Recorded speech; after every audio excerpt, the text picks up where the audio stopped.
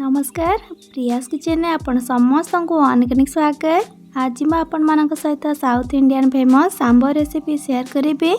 सांबर खाइबा को समस्त को भल लगे, से इडली हो, डोसा हो, बरा हो, उपमा हो, राइस सबुतिर खाइबा को भल लगे। तो आशा करछि आपण मानक ये रेसिपी निश्चय पसंद आसीबो। तेबे चलंतु डेना करी आज रेसिपी को स्टार्ट करिबा।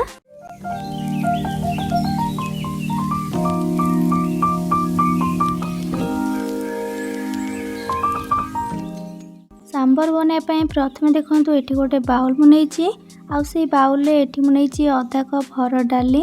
तो यहाँ जदि ग्राम्स आपण मानक कहबी ताले पाखापाखि यहाँ 150 ग्राम डाली अच्छी। तो डाली को आम पानी देकी पाखापाखि या 15 मिनट पर्यंत भिजिया छाड़देबा बतुरिया छाड़देबा। आबे कौन रखी देखने ये देखो रखी 20 ग्राम आमर तेंतुली को पानी देकी 15-20 मिनट प्रथम भिजई देबा। तापर आम अलग प्रिपरेशन सब करवा। से भितर मु कौन सब परिवा रखी चलतु देखने। ये देखो गोटे मीडियम साइज बैगन को टिके बड़ बड़ खंड करके काटिकी पानी पकईक रखी। 50 ग्राम हम कखार को काटिकी धोईकी रखी। 60-70 ग्राम हम लाउ को काटिकी नहीं। ता सहित ये नहीं सजना छुई, यहाँ 150 ग्राम छुई अच्छी छोट छोट करके काटिकी नहीं। 50-60 ग्राम हम अमृतभंडा को काटिकी नहीं। एबे चलतु गोटे प्रेसर कुकर मु गैस उपर बसई नहीं। एबे आम ए बतुरेकी रखी आमर जो हरड़ डाली 3-4 थर धोईकी देदेबा। तो डाली को नहीं अधा कप से मुझे सेम कप्रे मापिकी 3 कप पानी दूसरी ये सफिसीयंट हम। पानी दे सारापर एम स्वाद अनुसार लुण आधा छोट चामच हल्दी गुंड देबा। एबे आम कुकर लिड को कवर करवा।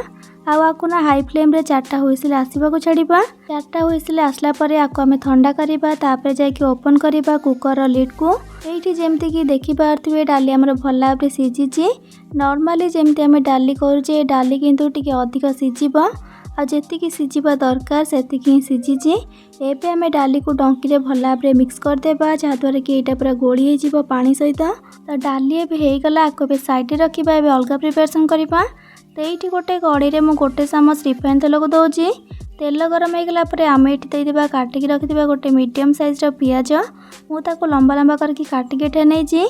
पियाज को दे सारापर ए 3टा कंचा लंका को मझे चिरिकी पकाउची ता सहित किसी भृषंग पत्र। तो ये आम सब जिन को मीडियम फ्लेम रे रखिकी हल्का टिके फ्राए करवा। बेसी जमती गोल्डन ब्राउन कलर सेमती दरकार नहीं, हल्का टिके ट्रांसपेरेंट होला पर्यंत ताको फ्राए करवा। टिके फ्राए होगला आम ये सब वेजिटेबल्स गुड़ाक आड करवा। तो ये देखो मो बैगन को छाड़ी बाकी सब वेजिटेबल्स गुड़ाक आड करुचे जो थी कि लाउ, छुई, अमृतभंडा और आमर कखारू अच्छे। बस ये सब वेजिटेबल्स को आम मिसेबा ए गोटे थर। तापर ये आम अधा छोट चामच हल्दी गुंड पकेबा आम लुण पकेबा। तो डाली को सीझेला बेले भी लुण पकईले तो सहीटा आपण माने ध्यान रखिए। ता माने स्वाद अनुसार लुण पकेबे। बस एतिकी जिनस को आम भल भाव ये मिसई देबा। आ फ्लेम को पूरा आम लो रे रखिबा। लो रे रखिकी आम या कवर करदेबा जेमती कि आमर पनीपरिबार पानी छाड़ी आसीबो बा मॉइस्चर बाहरी आसीबो आ परिबा टिके सीझी जिवो। ताकू आम 3-4 मिनट पर्यंत एमती ही छाड़देबा। 3-4 मिनट पर आपको देखा देखु 3-4 मिनट घोड़ेला भितर भी आपण माने मिक्स करथिबे परिबा को, नले परिबा तळु लागी जिवो। तो देखो परिबा एठी टिके दर सिझला जाइछि। तो ये स्टेज रे आम ऐड करदेबा आमर काटिकी रखिथिबे बैगन। बैगन जेहेतु जल्दी सीझी जाए से बैगन को पछरे ऐड करुचे। तो आपको आम मिसई देबा। बैगन पकेला पर आ 1-2 मिनट खंडे एमती मीडियम फ्लेम रे एपट सेपट करके भाजी नेबा। टिके भाजी गला पर आम ऐड करदेबा आमर टमाटो। एठी मु गोटे मीडियम साइज टमाटो को नहीं। तो सांबर टमाटर टेस्ट बहुत बढ़िया आसीबो। ता सहित आम देदेबा गोटे छोट चामच एठी आमर काश्मीरी रेड चिली कलर भल आसीबो। एबे आम एथि देदेबा सांबर मसला। तो ये मु गोटे छोट चामच सांबर मसला प्रथम ऐड करी आउ गोटे चामच पछरे आम देबा। तो सांबर मसला देकी भल भाव मिसई देबा। एबे फ्लेम को पुणी थे लो करदेबा। लो करके 2-3 मिनट पर्यंत कुक करवा जेमती कि परिबा आमर आउ टिके सीझी जिवो। आपन को जदि परिबा टिके सुखिला लगिले आपण पानी 2-3 चामच देकी परिबा को कषि पारिबे, किंतु लो फ्लेम रे परिबा को आपण मानको सिझेबाको हेबो। तो ये देखो 2-3 मिनट पर आमर परिबा 60-70% सीझी जाइछि। ए स्टेज रे आमे देबा आमर तेंतुली रस जोटा कि आम पानी देकी बतुरेकी रखी तार मंजी को बाहर कर देकी खाली रसटा ऐड करिछि। आउ एबे आमे एथिरे गोटे छोट चामच आमर गुड़ देबा। आपण माने जदि गुड़ टिके देउछंती तले सांबर टेस्टटा पूरा बैलेंस होगी रहइबो। जदि आपण माने होटल किंबा रेस्टोरेंट रे केबे खाइथिबे सांबर ताले टिके टिके मिठालिया टेस्ट आसे बस ए गुड़ ही पकांती से माने। तो आपण माने गुड़ निश्चित पकेबे। तो गुड़ देकी तेंतुली देकी टिके मिसई देबा। एबे कौन करबा ना आपको आम लो फ्लेम रे आउ टिके समय पर्यंत कषि नेबा माने तेंतुलीटा टिके कषि जीवो। तापर ये कषि गला परे आम एथिरे ऐड कर देबा हमर सिजेकी रखिथिबा डाली को दे सारा परे एबे आम एथिरे पानी देबा। पानी आपण माने अल्प अल्प देकी मिक्स करिवे। पूरा पानी देथिले पानी आइ जीवो। तो अल्प अल्प देकी मिसेइबे पुणी पानी को ऐड करिवे। तो बहुत जन कौन करती डाली सहित परिवा को सिझे दियंती जहाँद्वारा कि परिवाटा बहुत जल्दी सिझी जाए खाइबा को बिल्कुल भी सांबर भल लगे। तो आपण ये प्रोसेस रे करंतु देखिए परिवा गुड़ाक गोटा गोटा होगी रहिबो। आपणक सांबर मध्य बहुत ही टेस्टी बनिबो। एबे आमे फ्लेम को मीडियम रे रखिकी याकु 6 ରୁ 7 मिनट पर्यंत घोड़े की फुटिबा पई छाड़िबा। तो 6 ରୁ 7 मिनट पर आपको देखुची देखु आमर ये बढ़िया से फुटुची सांबर जेते भल माने 6 ରୁ 7 मिनट आप फुटा को छाड़िबे आमर सांबरटा बहुत ही टेस्टी बनिबो। ये स्टेज रे आ गोटे छोट चामच आमर सांबर मसला ये ऐड करदेबा। पूर्वर गोटे छोट चामच देथिले तो आउ गोटे चामच एबे देकी याकु भल भाबरे मिसई देबा।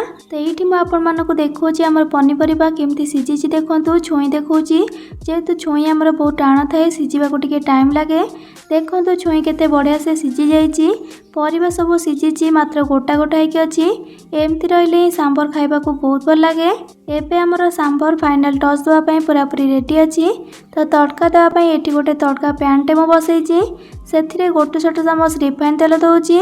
तेल गरम हो गला परे सेथिरे 2टा सुखला लंका को दउची।